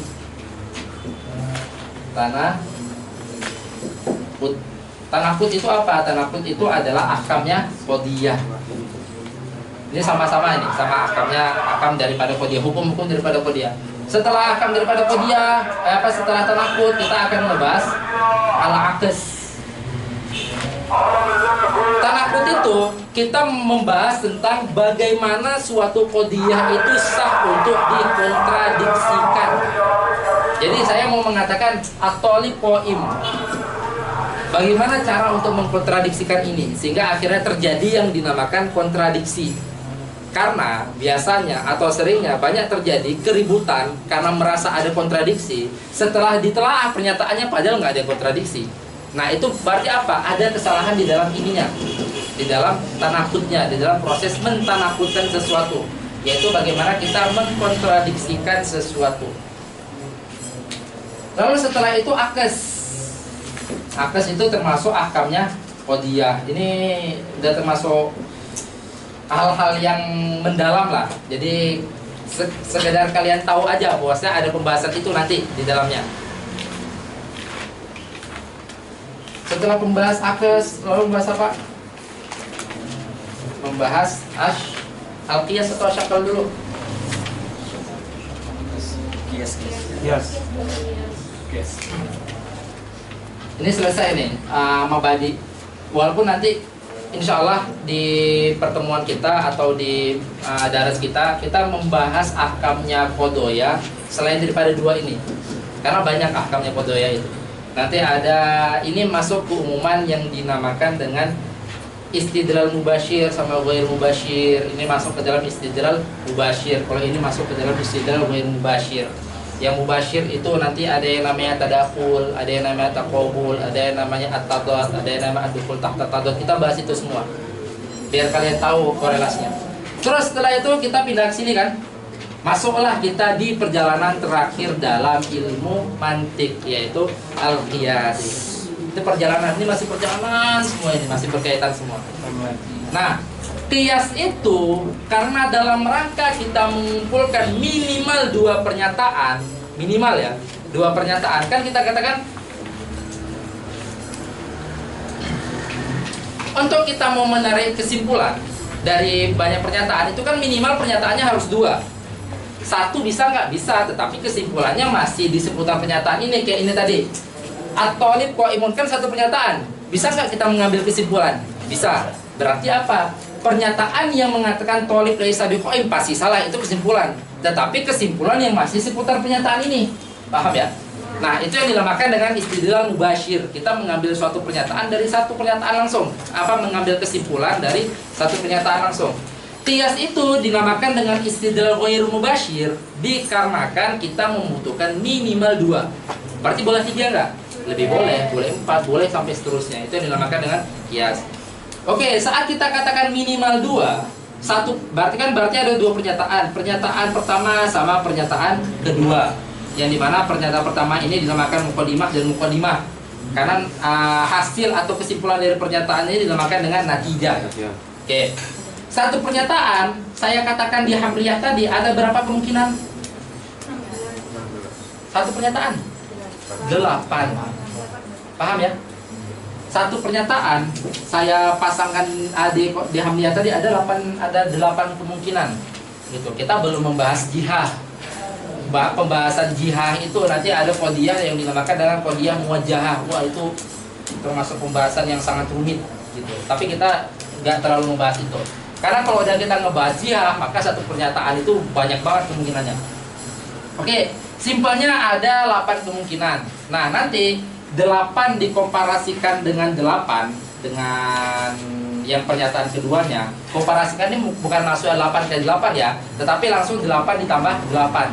Sehingga kita katakan satu pernyataan ini setidaknya ada 16 kemungkinan pasangan gitu ya, 16 kemungkinan pasangan daripada suatu qodiyah. Oke, ini pembahasan qiyas karena isinya terdiri daripada dua qodiyah dan ada kemungkinan 16 kemungkinan itu untuk satu bentuk syakl. Syakl itu ada 4 kemungkinan tergantung letak hat wasatnya. Itu nanti di sana juga. Sehingga akhirnya 4 dikali 16 ada 64 kemungkinan gitu. Dalam satu qiyas. Dalam satu qiyas itu ada 64 kemungkinan. Di pembahasan qiyas ini kita jelas membahas tentang al-ashkal. Ini bukan iskal ya, tapi ashkal, jamak daripada syakrun. Syakrun itu kumpulan daripada dorob, itu dan seterusnya nanti di sana. Setelah pembahasan syakl atau pembahasan ashkal, baru kita ngebahas ternyata qiyas ini nanti ada 2 jenisnya. Ada yang dinamakan dengan iqtirani, ada yang dinamakan dengan syarti qiyasnya. Baru setelah itu kita ngebahas bentuk qiyas yang dinamakan dengan qiyas asy-syarti. Kan setelah itu kita ngebahas qiyas syarti ya, atau al-qiyas asy-syarti. Baru setelah itu udah di akhir-akhir itu, di akhir-akhir membahas tentang keotentikan dari suatu hujjah atau suatu qiyas. Itu udah selesai pembahasannya. Sejatinya saat membahas qiyas itu kita udah selesai pembahasan mantik. Makanya di akhir itu adalah suatu tambahan. Di awal sebelum masuk ini juga suatu tambahan.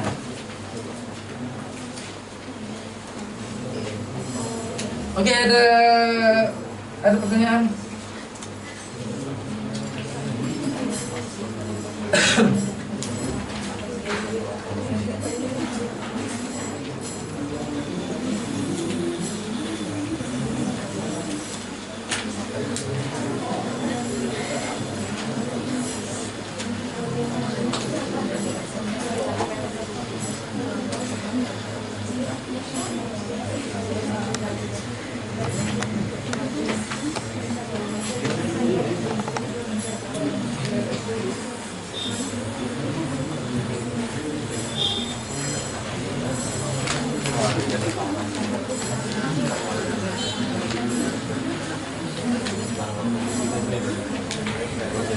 Oh, kalau di sini dinamakan dengan qiyas al-istitsna, itu sama dengan qiyas asy-syarti. Makanya setelah pembahasan daripada ashkal itu kita ngebahas qiyas al-istitsna, nama lain daripada qiyas asy-syarti.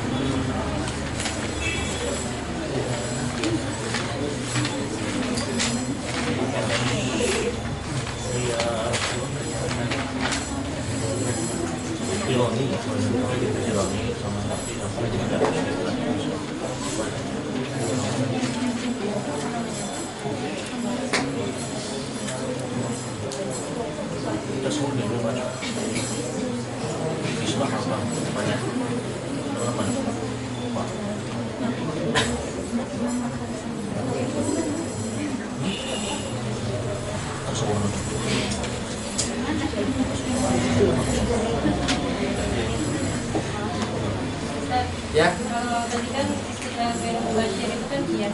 Kalau istilah mubashir itu ada nama khususnya atau gimana? Nama khusus maksudnya?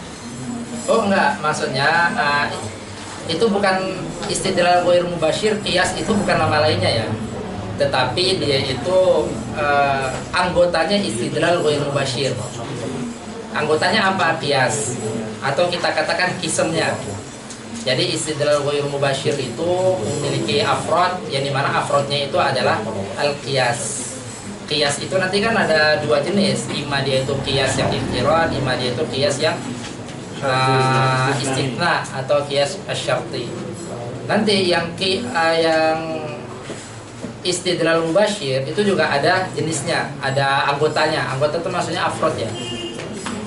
Istidlal yang mubashir itu imma dia itu dinamakan dengan taqabul. Taqabul itu nanti ada beberapa jihad.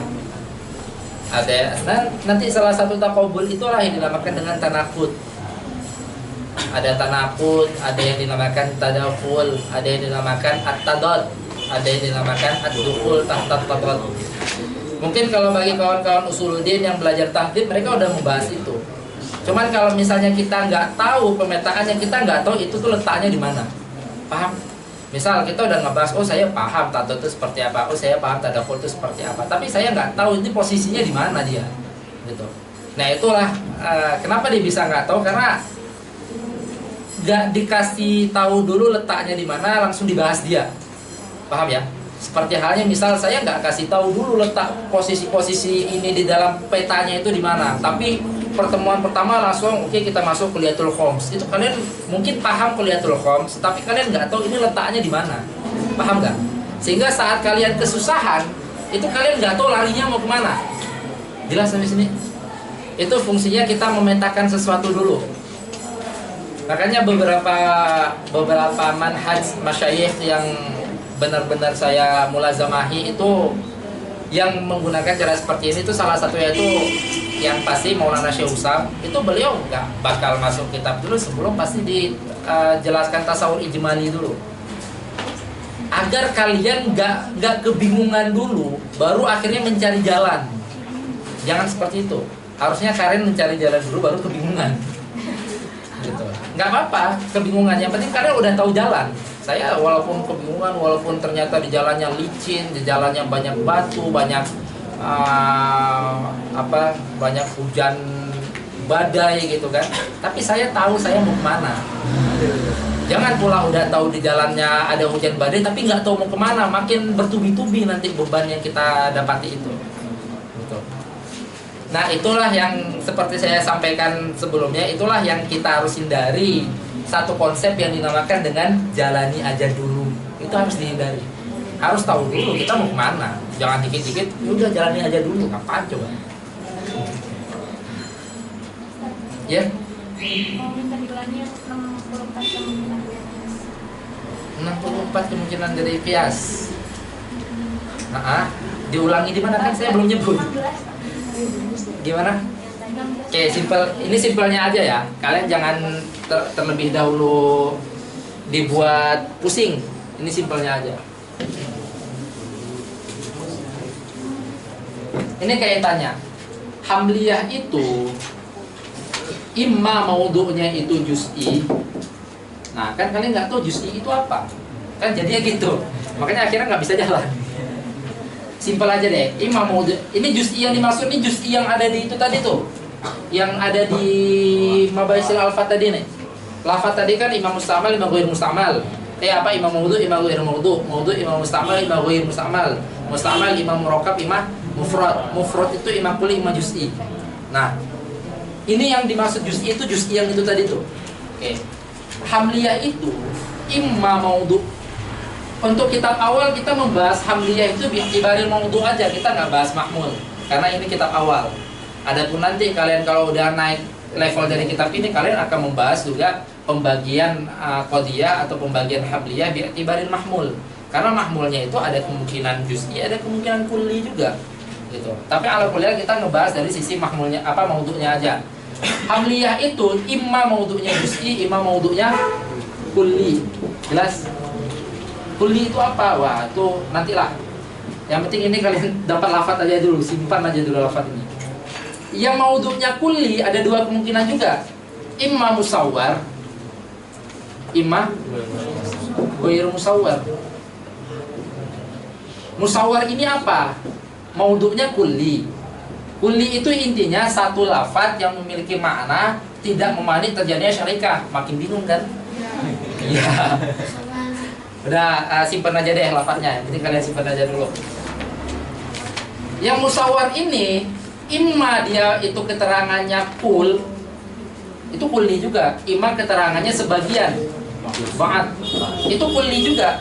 Karena maknanya adalah memiliki syarik tidak memani terjadi syarikah. Ghair musawwar ini yang tidak ada keterangan ininya, tidak ada keterangan totalnya. Berarti intinya berapa? Ada 4. Jelas ya? Kan kita katakan imma juz'i, imma kulli. Kulli ada 2, imma musawwar, imma ghair musawwar. Jelas? Musawwar ada 2 juga, kulli sama ba'd. Berarti ada 4. Masing-masing dari 4 ini ada 2 kemungkinan. Imma mujabah, imma salibah. Imma pernyataannya itu positif. Positif itu maksudnya itsbat ya. Pernyataannya itu itsbat, imma pernyataannya itu nafi. Karena kan kita sebelumnya udah membahas hukum itu imma min jihatil itsbat, imma min jihatil nafi. Jelas ya? Berarti akhirnya berapa totalnya? 8. Berarti satu qadiyah hamliyah itu totalnya ada 8 kemungkinan gitu. Dikomparasikan dengan ini berarti ini satu pernyataan. Dikomparasikan dengan pernyataan yang kedua yang memiliki 8 kemungkinan juga. Kemungkinan komparasinya ini nanti ada 16 gitu dengan satu titik. Satu titik ahad wasatnya itulah 16 kan? Itu adalah satu kemungkinan letak had wasat. Had wasat itu apa? Had wasat itu titik kesamaan antara muqaddimah pertama atau qadiyah pertama sama qadiyah yang kedua. Itu dinamakan dengan had wasat. Titik kesamaannya. Nah, letak si had wasat itu ada 4 kemungkinan. Berarti satu kemungkinan letak had wasat itu ada menghasilkan berapa kemungkinan? Menghasilkan 16. Letak sehat wasat ada berapa kemungkinan? Ada 4 kemungkinan. Berarti kita pasangkan satu kemungkinan komparasi 2 qadiyah dengan kita pasang semua kemungkinan had wasatnya, ada berapa qadiyah akhirnya? Ada berapa paduan atau padanan? Ada 64 gitu. Itu hasilnya hasil apa? Hasil akal itu dah.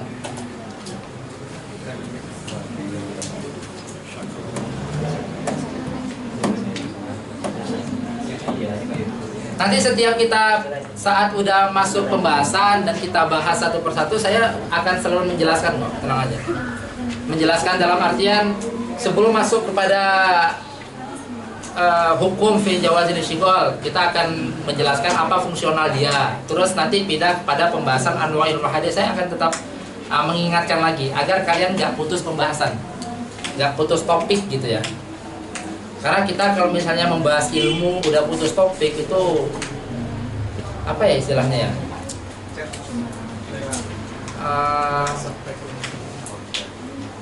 Korslet iya, tapi merasa pasrah banget jadinya. Terombang ambing jadinya kalian nanti.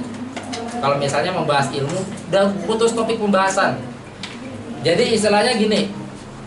Misal di pertemuan kesekian kita membahas tentang qodiyah. Di dalam qodiyah kan banyak tadi jenisnya nih. Yang ini ada 8 tuh semua kemungkinan. Ada satu orang nggak datang, tiba-tiba datang besok saat saya udah mentadbikkan berbagai macam qodiyah itu. Dia itu udah terombang ambing aja jadinya. Karena dia hanya mendengarkan suatu lafaz yang maknanya nggak ada di zihn dia. Jadi ya gitu. Makanya ini kalian benar-benar jangan sampai putus pembahasan.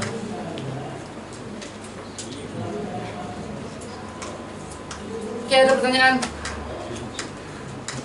Ini setelah faslun, setelah kita lanjut yang di sini ya. Tadi kan setelah syakal ini membahas tentang al-qiyas, al-istisnai, al-qiyas al-istisnai. Terus setelah itu kita membahas ada pembahasan yang dinamakan dengan lawahikul qiyas.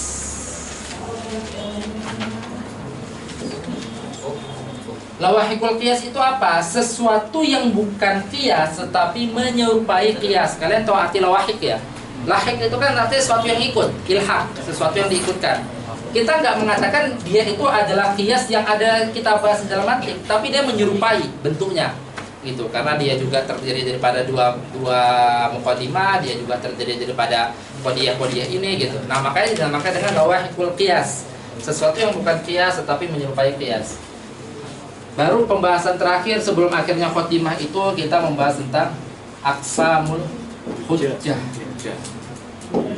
Aqsamul hujjah itu adalah kita membuat suatu qiyas, suatu pernyataan, suatu dalil yang dimana terdiri daripada dua qodiyah, dan kita bahas tentang satu qodiyah ini lafaz apa yang kita gunakan. Itu yang dinamakan dengan aqsamul hujjah. Jadi pernyataan itu pernyataan apa yang dia gunakan. Kalau dia menggunakan pernyataan yang doruri, itu berarti semakin menguatkan. Tetapi kalau dia menggunakan pernyataan yang nalgori, maka dia membutuhkan hujjah yang lain untuk sampai kepada pernyataan itu. Itu yang dinamakan dengan aqsamul hujjah. Maka nanti di sini ada pembahasan al-Qur'an, ada pembahasan al-jadal, al-khutbah. Kita dengar ada.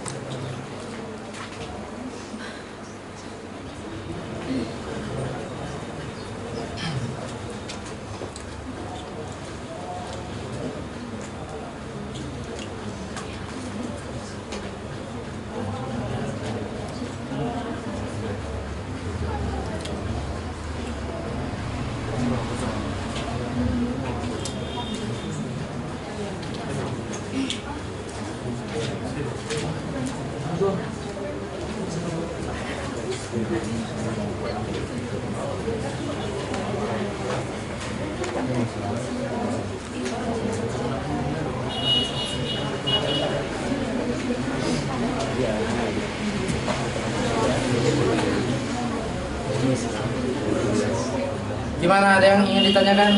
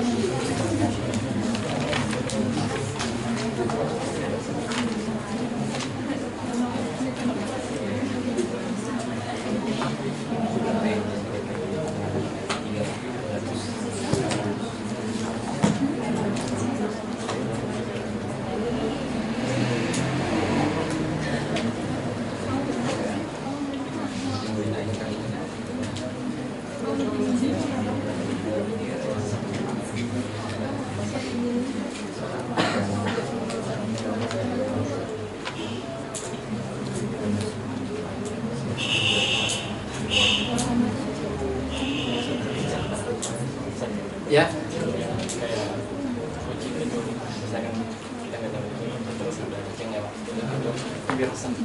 iya itu birosam. Bukan apa? Bukan ta'rif bil lafaz. Ta'rif bil lafaz itu saat kita menakal lafaz itu dinamakan dengan ta'rif bil lafaz. Jadi misalnya kita ngomong dengan orang Arab, kita ta'rif kucing gitu, nggak tahu lah dia. Terus kita nakal lafadznya, itu namanya ta'rif bil lafaz. Makanya definisi ta'rif bil lafaz di dalam kitab sulam apa? Belum mulai ngafal kitab sulam ya? Apa harus lain? Ta'rif bil lafaz.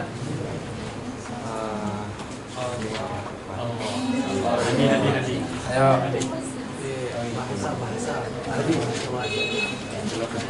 Wama bil lafdin.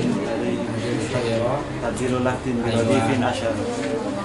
Itu yang dinamakan ta'rif bil lafaz. Wama bil lafdin ladaihim syuhira. Jadi saat kita menggunakan atau mendefinisikan sesuatu dengan lafaz lain, tabdilul lafdin bi rodif. Kita menggunakan lafaz lain yang taraduf. Kalian tahu taraduf ya?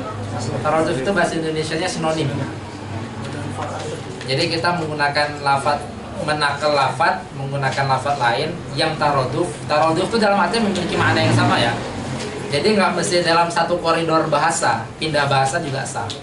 Kita mengatakan karena antara lafaz kucing dan kitpoh itu sama-sama lafaz nggak? Sama-sama lafaz, sama-sama suara saya. Memiliki makna yang sama nggak?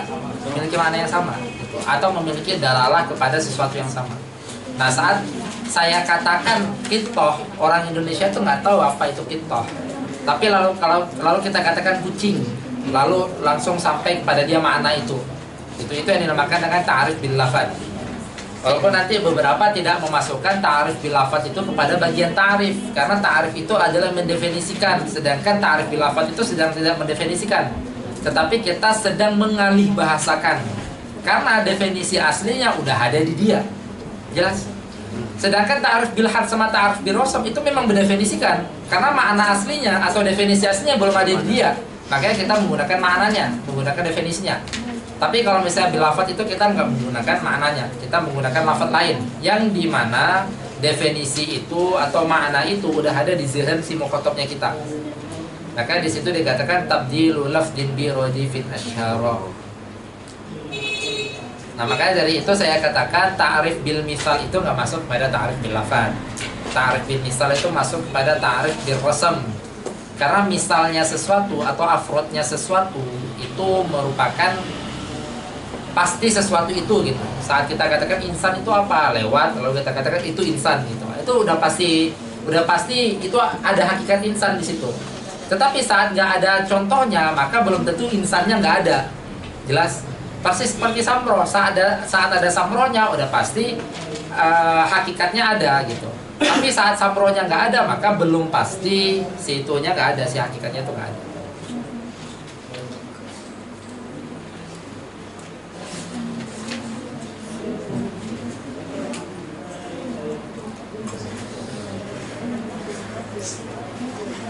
Iya, kalau yang tadi kucing itu gitu. Tapi kita nggak mengungkapkan kucing itu yang seperti ini dengan rosem gitu. Kucing itu yang kakinya 4, nah, itu kan berasam. Tapi kalau kita menunjuk itu doang, itu otomatis pemahamannya cuma kita menunjuk terus biar dia memahami sendiri gitu. Gimana? Enggak, gini.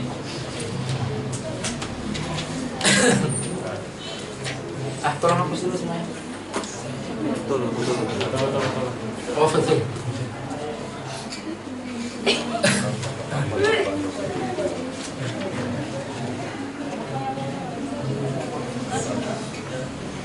Udah?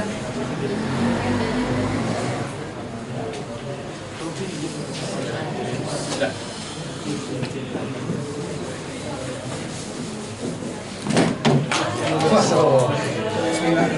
Mas Besti.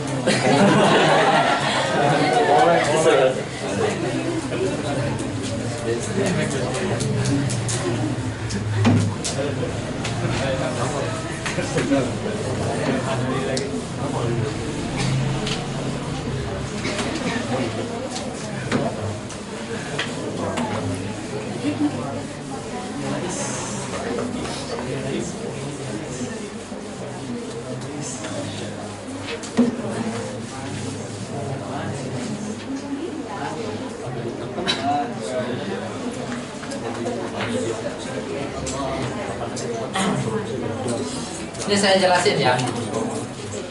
Proses kenapa misal itu bisa kita katakan afrod lah. Afrod daripada sesuatu. Kenapa misal atau afrod sesuatu itu masuk kepada ar-rasm? Sampai sini iskalnya jelas ya. Misal saya katakan mangga itu apa sih gitu. Saya nggak tahu definisinya apa gitu. Terus ada tukang jual mangga, kita katakan itu tuh mangga tuh. Saat kita menunjukkan misalnya, berarti kita sedang menyampaikan ini baru surah gambaran ya. Surah gambaran itu maksudnya bentuknya, warnanya, panjangnya, datu beratnya gitu. Ini jelas ya. Nah, itu yang dinamakan dengan karakteristik sesuatu itu sendiri. Misalnya sesuatu, saat kita mencontohkan dia, itu sama dengan kita menyampaikan karakteristiknya dia. Jelas sampai sini? Oke. Dan karakteristiknya sesuatu, itu merupakan khosoisnya sesuatu itu. Jelas? Khosois itu maksudnya khususiat. Yang dimana karakteristiknya mangga itu hanya dimiliki mangga tanpa dimiliki oleh kuini. Tahu kuini ya kalian ya? Karakteristiknya kuini itu hanya dimiliki kuini tanpa dimiliki oleh durian. Jelas sampai sini? Itu yang dinamakan dengan karakteristik. Oke. Dan karakteristik atau khosohnya sesuatu itu, kalau kita mau mendefinisikan sesuatu dengan karakteristiknya, masuklah definisinya itu kepada rosem. Jadi, di saat kita mendefinisikan sesuatu dengan menunjukkan misalnya, itu sama dengan kita mendatangkan karakteristik dia secara langsung. Kan kita karena udah ada contohnya nih, nggak perlu kita katakan, oh yang warnanya hijau, yang bentuknya bulat, yang rasanya gitu, kan nggak perlu. Jelas sampai sini ya. Karena menggunakan itu juga bisa, menggunakan lafaz itu juga bisa. Tetapi misal itu atau afrodnya langsung kita tunjukkan, itu udah mewakili. Jelas? Nah, berarti sama dengan saat kita memaparkan misalnya atau memaparkan afrodnya, kita memaparkan karakteristiknya dan mendefinisikan sesuatu dengan menggunakan karakteristik dia. Karakteristik itu masuk ya, panjangnya, tingginya, beratnya, warnanya, rasanya, jelas ya. Itu masuk kepada khususiatnya atau khosohnya, khosoisnya yang hanya dimiliki dia. Oke, kalau jelas sampai sini, lalu mendefinisikan sesuatu dengan khosoisnya, dengan khosohnya, itu masuk ke dalam definisi birrosem. Jelas? Rasul jelas? Makanya dia nggak masuk ke dalam lafaz. Karena lafaz itu nakul lafaz, memindahkan lafaz. Khosoisnya tadi itu disebut mahiyah. Gimana? Disebut mahiyah. Khosois, enggak. Khosois itu ya karakteristik. Karakteristik itu nggak melulu tentang mahiyah. Karena karakteristik itu bisa jadi ada, bisa jadi enggak. Kalau dia ada, maka mahiyahnya ada. Kalau dia nggak ada, maka belum tentu mahiyahnya nggak ada.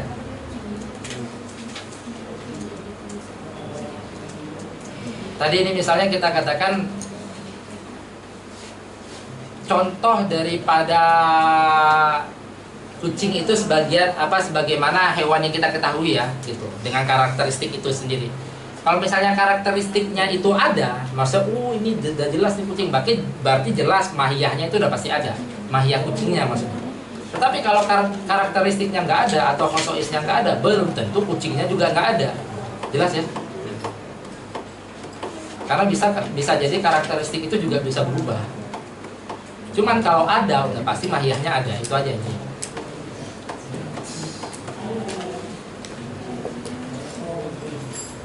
Ada pertanyaan lain? Ya? Ini Arab tulisan yang hadis berarti belakang. Pak? Oh, itu ada di sulam kalian. Wa ma bilas jin itu bait ke 44 ya. 44. Saya belum hafal kalau yang nomor-nomor.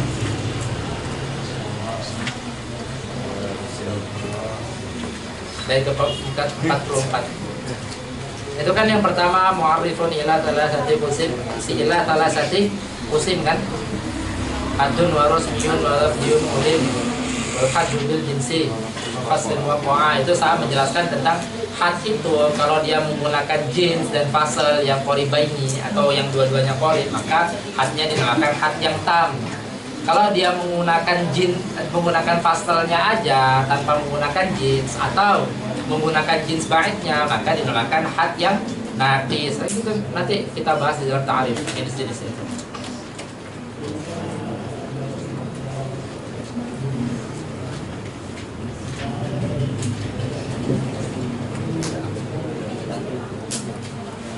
Oke, nggak ada pertanyaan lagi?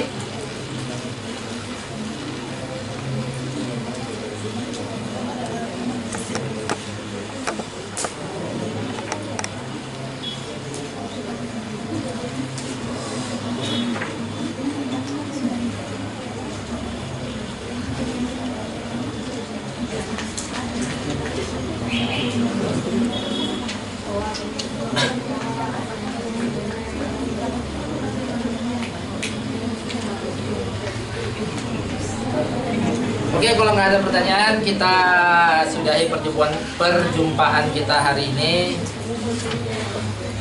Kita tutup dengan kafaratul majelis.